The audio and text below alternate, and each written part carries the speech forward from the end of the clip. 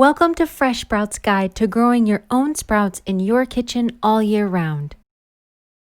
Step 1. Sprouting seed amount. Step 1 in this guide is to measure the right amount of sprouting seeds for your Sprout Pearl Sprouter. The right amount of seeds is important for your sprouts to thrive in your tray.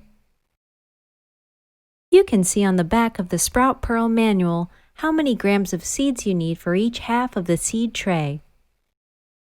If you have chosen a portion bag, each bag will fit half of the seed tray. If you have chosen a large seed bag, it's a good idea to measure the seeds with a scale until you know the amount of seeds well enough to measure on eyesight. Happy sprouting!